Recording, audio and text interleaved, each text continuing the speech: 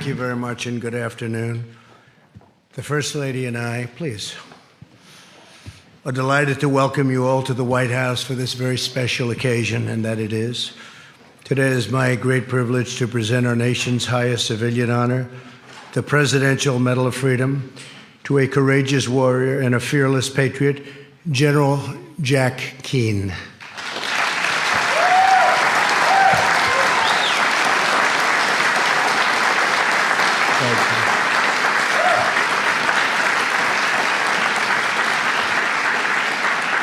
We're very excited to have Jack's wife, Angela, with us today, along with his brother, Ronald, and his son, Daniel. Thank you all very much. That's great. And thank you. We're also joined by a very distinguished assembly of leaders, including Secretary Mike Pompeo. Mike, thank you very much.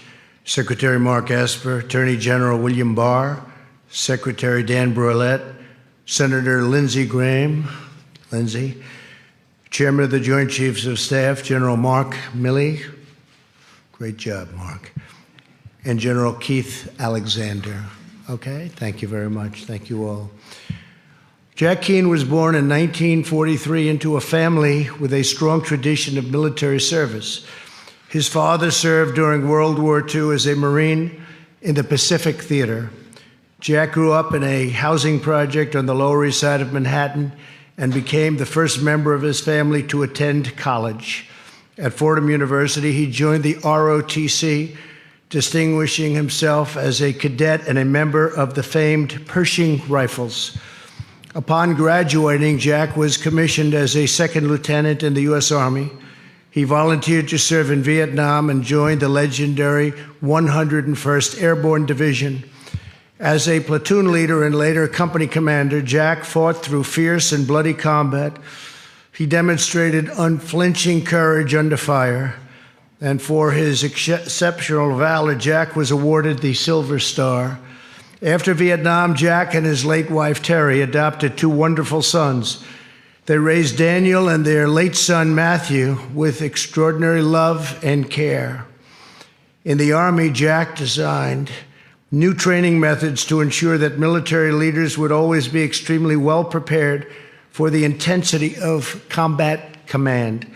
His rigor, discipline, creativity, toughness, they all achieved tremendous results.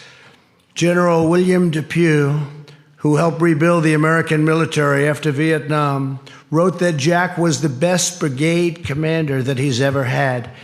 He was very exceptional at all levels. In 1991, Jack became a brigadier general and commander of the Joint Readiness Training Center. He devised a state-of-the-art program that prepared our nation's service members for combat against extended insurgencies in both urban environment and rugged terrain.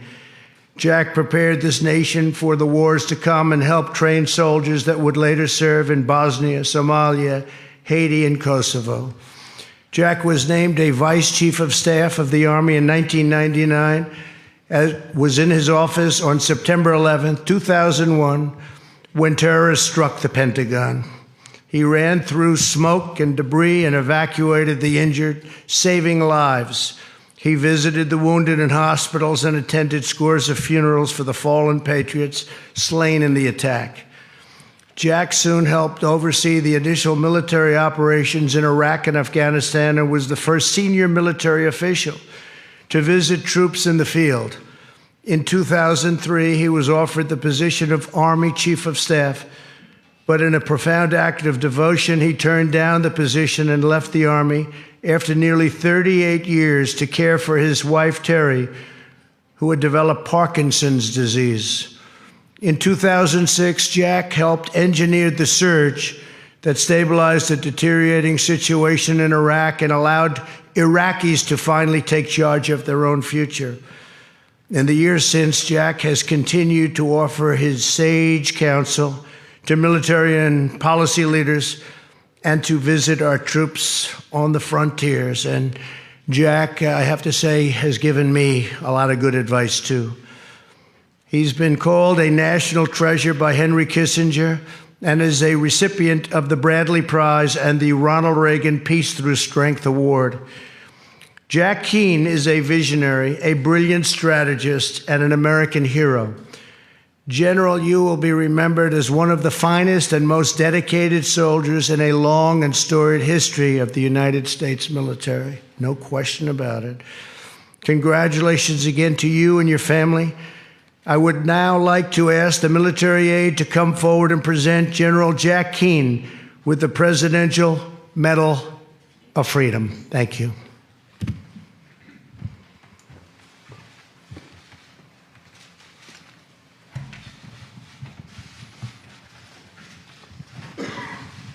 General Jack Keane is one of our nation's most distinguished military leaders. General Keane proudly served his country in Vietnam as a paratrooper, receiving the Silver Star for his courage and gallantry in action. His steadfast leadership as a four-star general and as Vice Chief of Staff of the Army provided stability and direction for those under his command. Since retiring from the military, General Keane has remained engaged on matters of foreign policy, devoting himself to developing policies that confront the dynamic threats facing our nation. The United States proudly honors General Jack Keane, whose tireless devotion to our country has defined him as a true American patriot.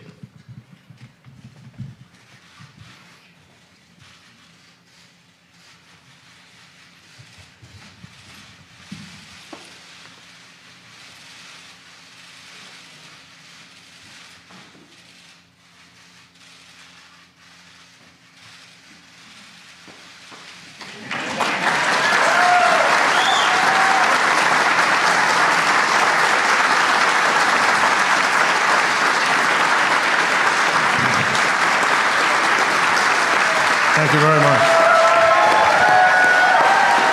Thank you very much. Thank you. Thank you very much. Thank you, thank you. You know, I'm usually not uncomfortable in front of cameras, even talking about foreign policy.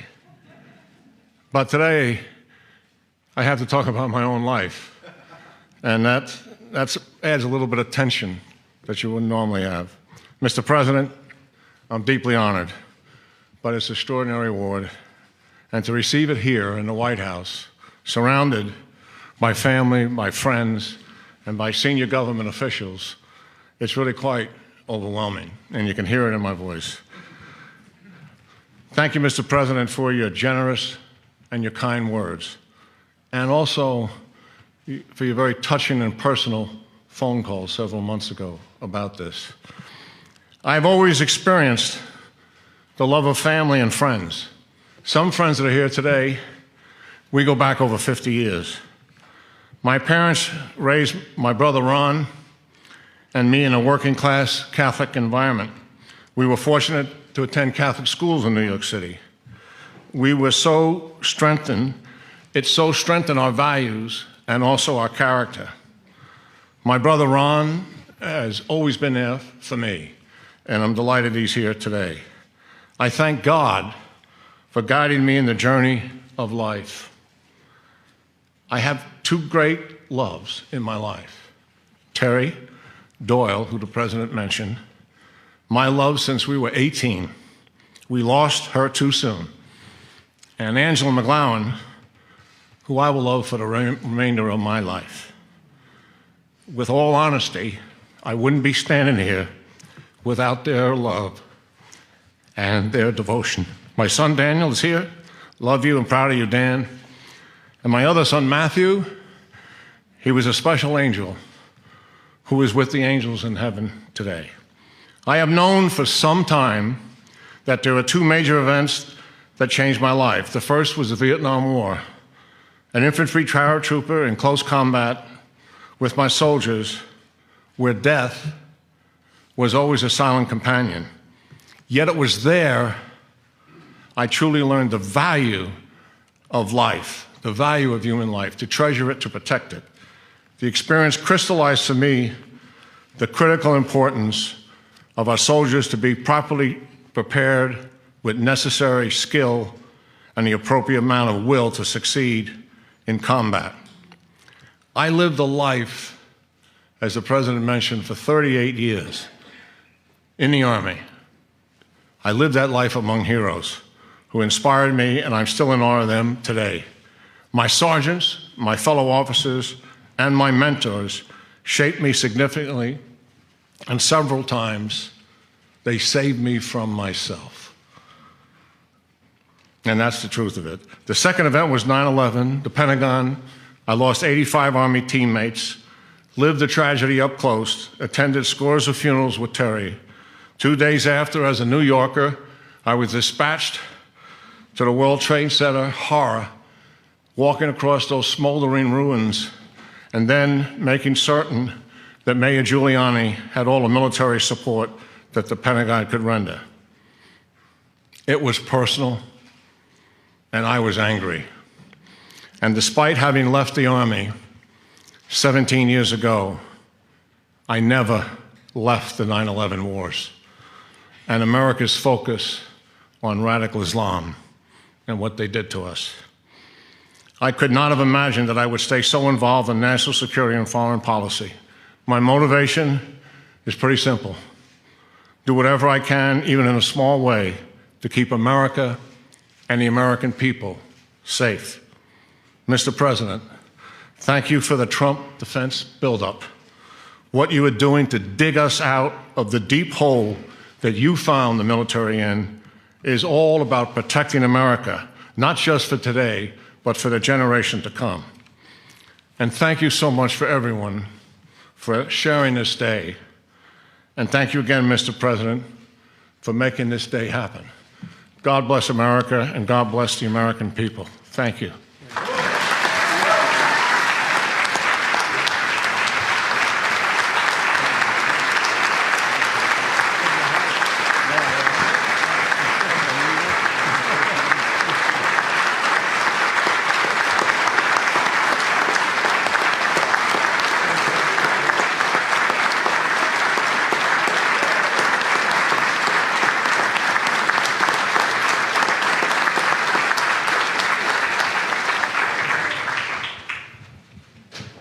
Ladies and gentlemen,